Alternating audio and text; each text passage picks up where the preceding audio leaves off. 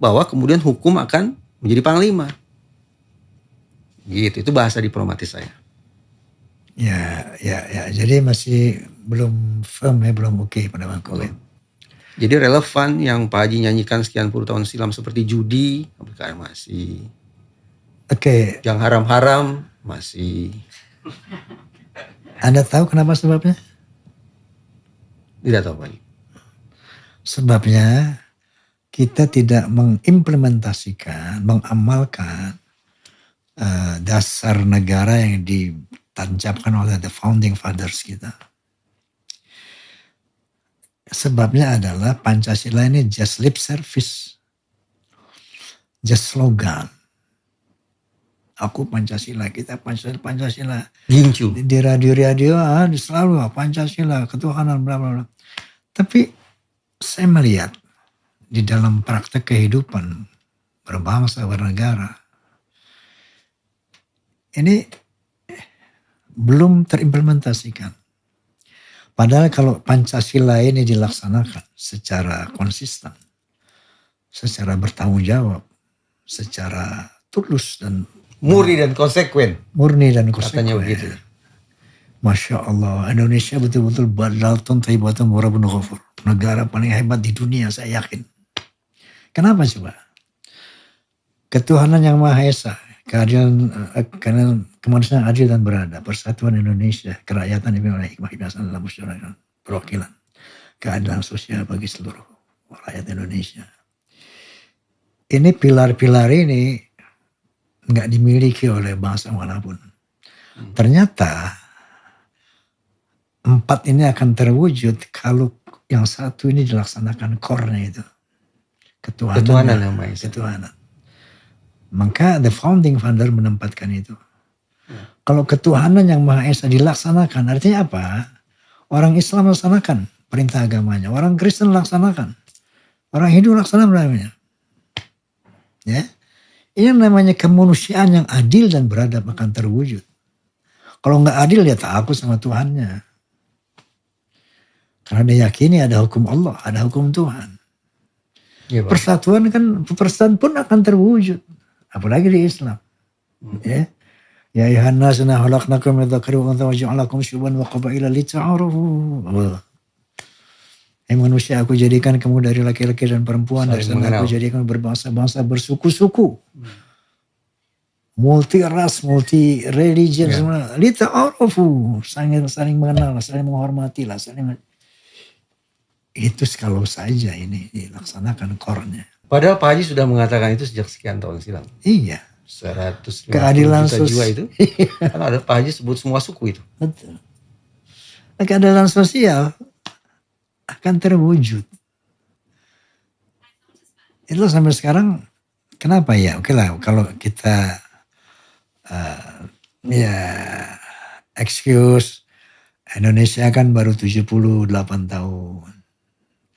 Banyak negara yang 150 tahun pun belum berkeadilan, kayak gitu. Tapi kita nggak boleh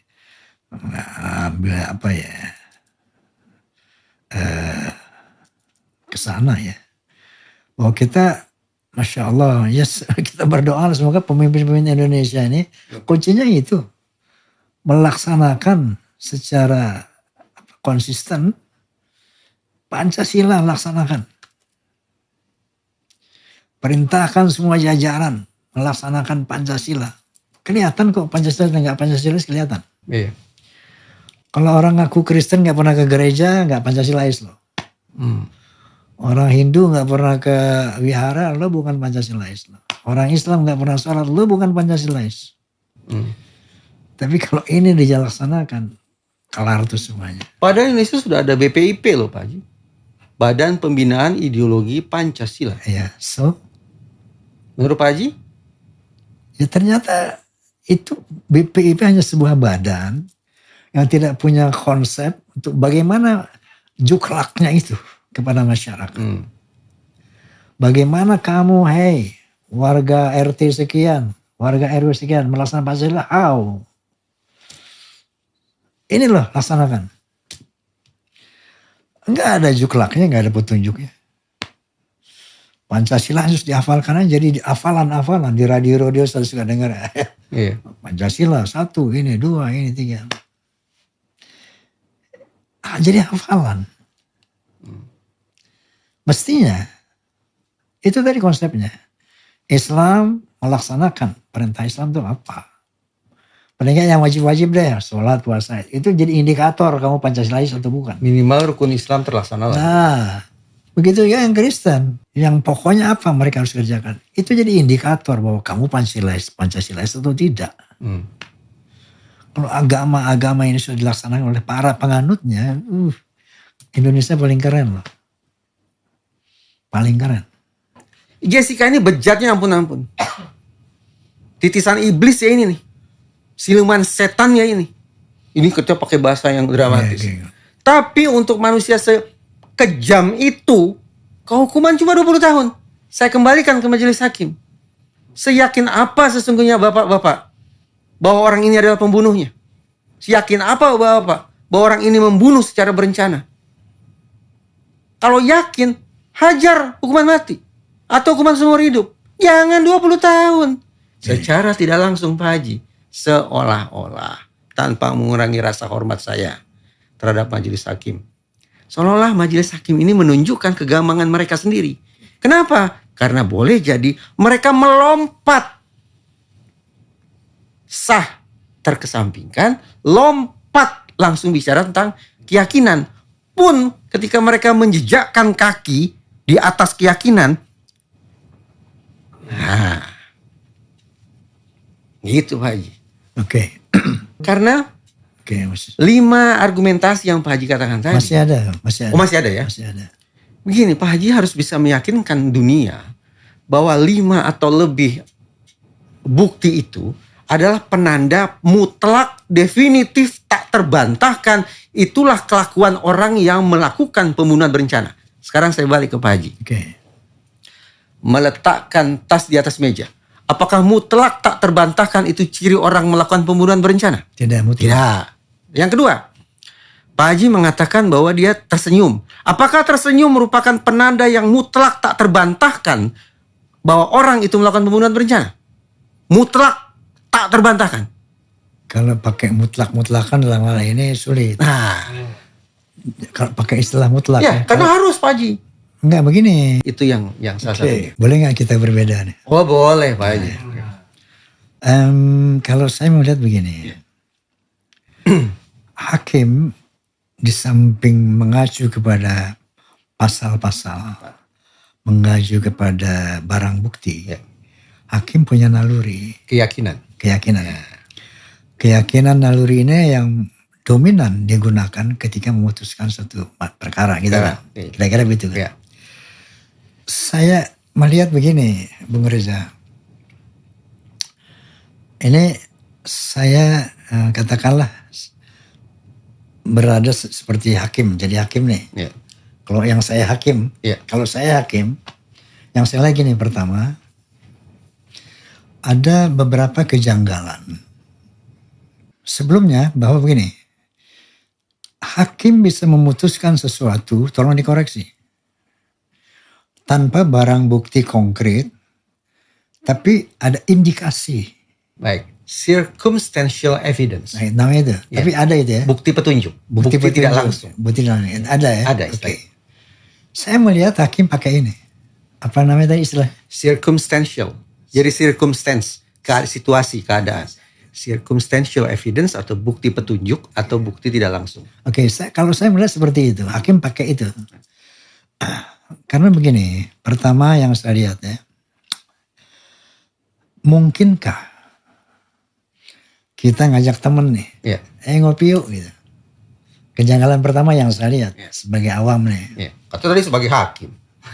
Bukan saya melihat hakim akan begitu. Gitu. Mungkinkah hakim nggak ngomong gitu, tapi saya ngomong nih. Maka saya katakan saya mencoba posisikan seperti hakim, sebagai hakim. Mungkinkah kalau kita mau kongko-kongko, istilahnya ngopi bareng, kita ngopi yuk. Terus datanglah satu orang atau secara rame-rame, ya bersama-sama. Ketika datang satu orang dari sekian yang kita undang, mungkin nggak kita pesanin kopi lebih dulu untuk yang buat. Oke, baik. Itu satu. Biasanya kan kalau udah datang udah kumpul, lo minum apa gitu kan. Ini kok dipesenin buat temen gue. Saya minta kopi ini. Udah dipesenin. Baru orang yang datang, gue dipesenin kopi. Itu kejanggalan buat saya loh. Buat saya, ini nggak umum gitu loh. Tidak lazim. Tidak lazim. Biasanya kan kita ngopi yuk di mana, di sana. Oke lah, jam lu minum apa gitu kan. Ini panggil pelayan kan gitu. Satu. Minta ini. Ini dipesanin duluan. Itu satu kejanggalan. Kejanggalan kedua, itu masalah CCTV lah. Dia cari-cari melihat CCTV dan akhirnya dia dapat ini juga suatu indikasi. Dia ini hakim loh, gue seakan sebagai hakim di sini. Yeah. Ini bahwa dia punya psikopat gitu. Yeah. Berdarah dingin. Kondisi kejiwaan yang berbeda. Kejiwaan berbeda. Itu satu. Kemudian kalau Anda katakan tadi di perut ada, kalau Otto Hasibuan bilang kan ada 0, sekian miligram. Itu tidak membunuh. Yang bisa membunuh sekian gram. Dokter Jaya juga mengatakan itu. Ya, yang bisa membunuh sekian gram. Tapi faktor sebetulnya bukan bisa atau tidak bisa membunuh. Faktor utamanya adalah ada barang itu. Nah kalau Anda katakan tadi orang mati pasti ada cyanida. Secara alami akan muncul cyanida. Ini menurut saya sesuatu yang kurang pas lah. Karena waktu itu kan baru 3 hari. Nah yang pasti dalam hal itu menurut keyakinan hakim ini barang itu ada.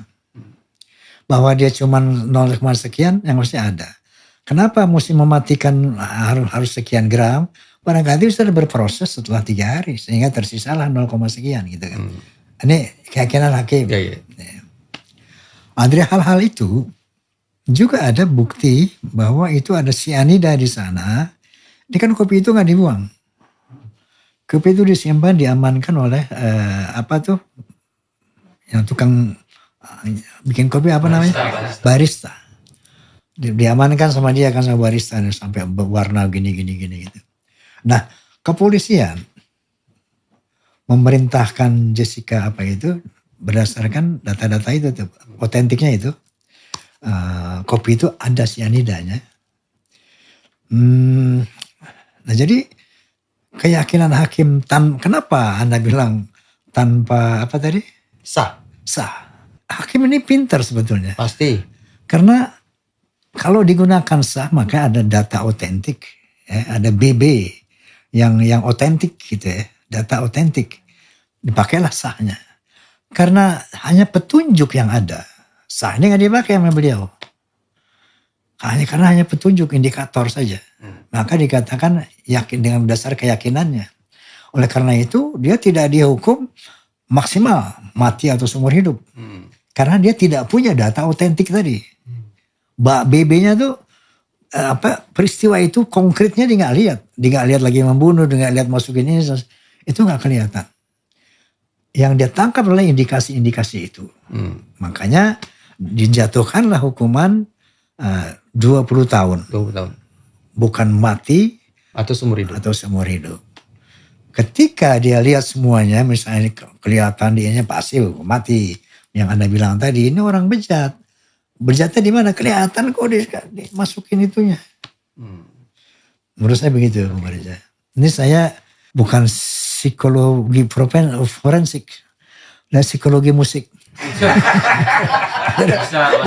Dan psikologi musik itu. Ya kan 1001 macam cara orang cari makan gitu.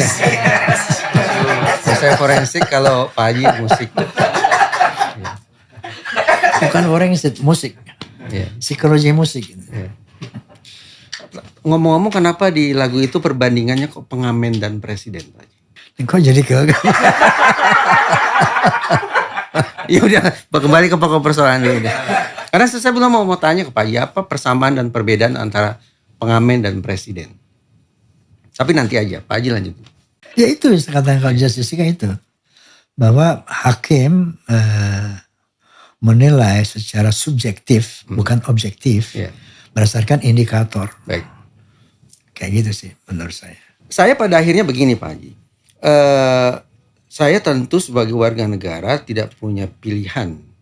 Kecuali menghormati putusan sebagai sebuah produk yudisial. Terlepas suka atau tidak suka, setuju atau tidak setuju. Tapi status saya sebagai warga negara berkonsekuensi pada keharusan bagi saya untuk menghormati. Sesuai dengan disiplin ilmu Anda. Kan? Betul. Tapi sebagai manusia yang punya akal pikiran, memang